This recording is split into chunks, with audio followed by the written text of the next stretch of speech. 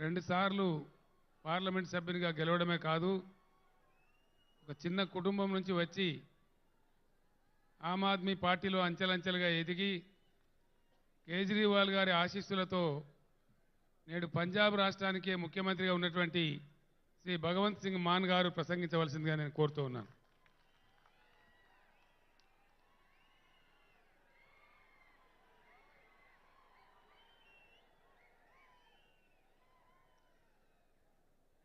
खमम की ऐतिहासिक और इनकलाबी धरती, स्टेज पर मौजूद तेलंगाना के लोकप्रिय मुख्यमंत्री श्री के चंद्रशेखर राव जी,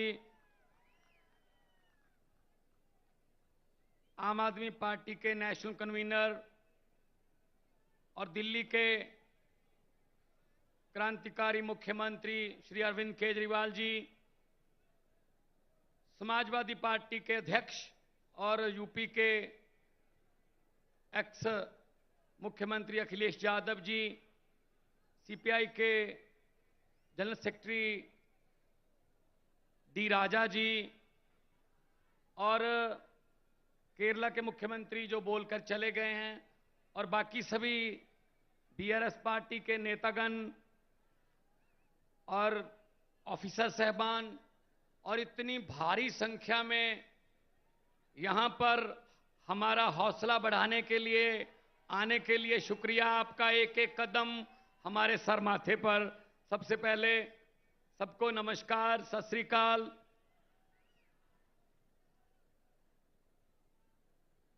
आज एक बड़ा अच्छा प्रोग्राम देखा जिसमें लोगों की आंखों का चेकअप होता है। बहुत बड़े लेवल पर चश्मे बांटे जा रहे हैं और बहुत ही प्रभावशाली प्रोग्राम था जो देखने को मिला, बहुत कुछ सीखने को भी मिला। लेकिन मैं तेलंगाना के मुख्यमंत्री जी को कहूंगा कि अगर इतनी भीड़ हो तो इसके लिए भी कुछ स्पेशल चश्मे बनाएं ताकि देख सकें हम भी। वो दूर तक नजर जाती है तो लोग ही लोग नजर आ रहे हैं।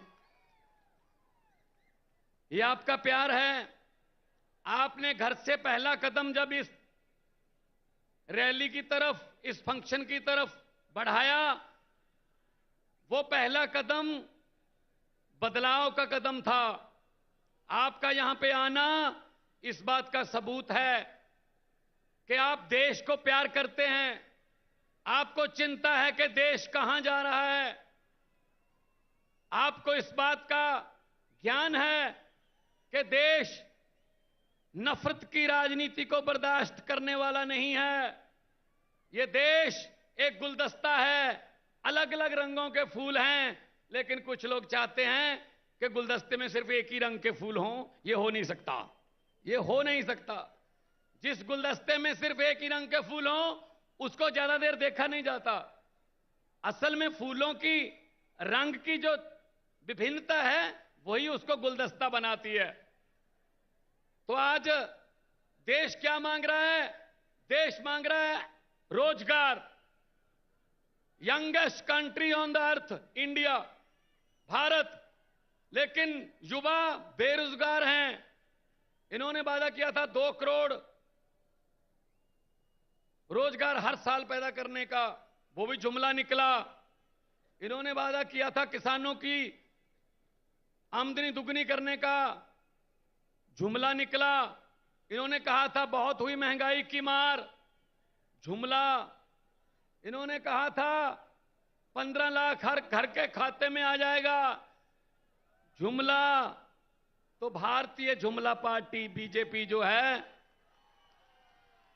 वो देश को मिसलीड कर रही है। वो हर चीज हथियाना चाहते हैं।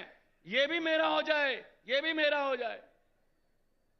जिस राज्य में जीतते नहीं है लोगों द्वारा, वहां पे बाई इलेक्शन द्वारा जीत जाते हैं। इस्तीफा दिलवा लो, खरीद लो बंदे, एमएलए खरीद लो। मतलब हिम्मत देखो, आम आदमी पार्टी ने एमसीडी चुनाव में 250 में से 134 सीटें जीती, बहुमत है, लेकिन फिर भी कह रहे हैं जितनी मर्जी आ जाए मेयर हमारा बनेगा। ये क्या बात हुई भाई? ये लोकतंत्र है? ये तो लूट तंत्र है, ये लूट तंत्र है।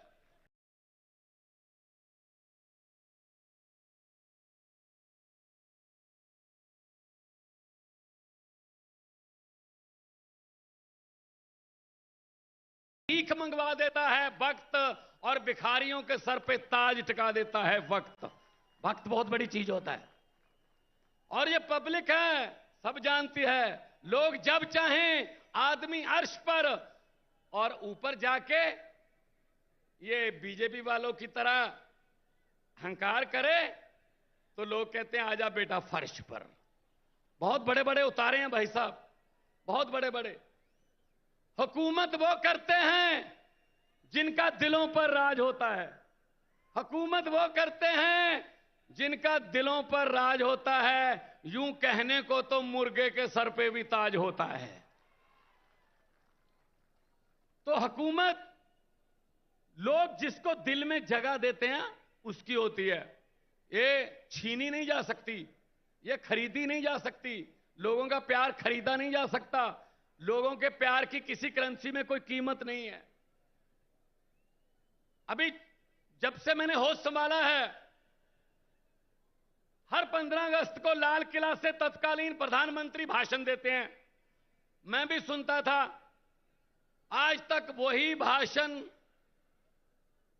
अफसरों का लिखा लिखाया, रटा रटाया भाषण, लाल किला के सामने से बेरोजगारी पर चिंता व्यक्त, महंगाई पर थोड़ी ज्यादा चिंता व्यक्त, आतंकवाद पर सबसे ज्यादा चिंता व्यक्त, और 15 अगस्त खत्म।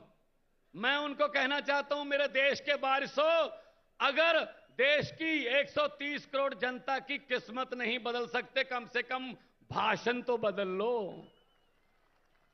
अब तो लाल किले के कबूतरों को भी भाषण याद हो गए होंगे। कुछ तो नया कर दो, नहीं करते। अपने आप बारी आ जाती है, लोगों के पास कोई रास्ता ही नहीं था। पंजाब में ऐसी चल रहा था, 5-5 साल की बारियां चल रही थी, लेकिन तीसरा बदलाव आया आम आदमी पार्टी के रूप में। 117 में से 92 सीटें पंजाब में आई, पहली बार 92 सीटें आई किसी पार्टी की।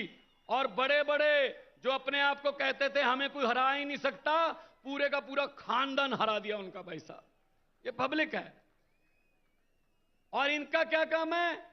इनका काम है लूटना। सब कुछ बेच दिया, जहाज बेच दिए, एयरपोर्ट बेच दिए, नदियां बेच दी, एलआईसी बेच दी, रेलवे बेच दी, सिर्फ मीडिया खरीदा बस, बाकी सब कुछ बेचा है। तो इसलिए मैं कहना चाहता हूं कि ये सिर्फ अपनों के बारे में सोचते हैं, अपने दोस्तों के बारे में सोचते हैं, जनता का कोई फिक्र नहीं है इनको। अगर किसी नदिया के घाट पर ये बीजेपी वाले बस जाते, अगर किसी नदिया के घाट पर ये बीजेपी वाले बस जाते, तो लोगों के प्यासे होंठ 2 बूंद पानी के लिए भी तरस जाते। गनीमत है, शुक्र है कि मौसम पर हुकूमत चल नहीं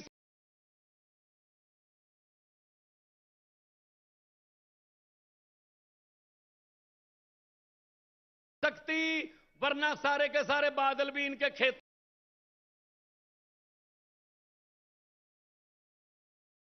में ही बरस जाते। सब कुछ अपने लिए। ये राज्य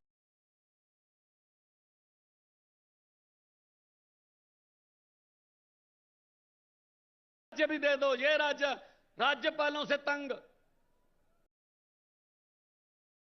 राज्यपालों को कहते हैं काम नहीं करने देना, स्कूल नहीं खोलने देने केजरीवाल को।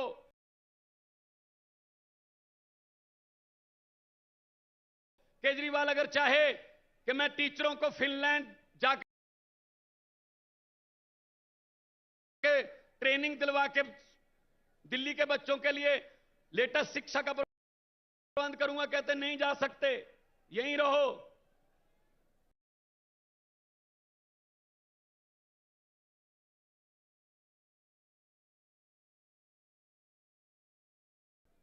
और जब वैसे केजरीवाल के स्कूलों के बारे में कोई फाइल नहीं आगे बढ़ती कि अच्छे हो जाएं, जब ट्रंप की पत्नी ने कहा मैंने सरकारी स्कूल देखने हैं, तब केजरीवाल वाला स्कूल दिखाना पड़ा, क्योंकि पता था उनको कि हमारे वालों में कुछ है नहीं, इधर वाला दिखा देते हैं।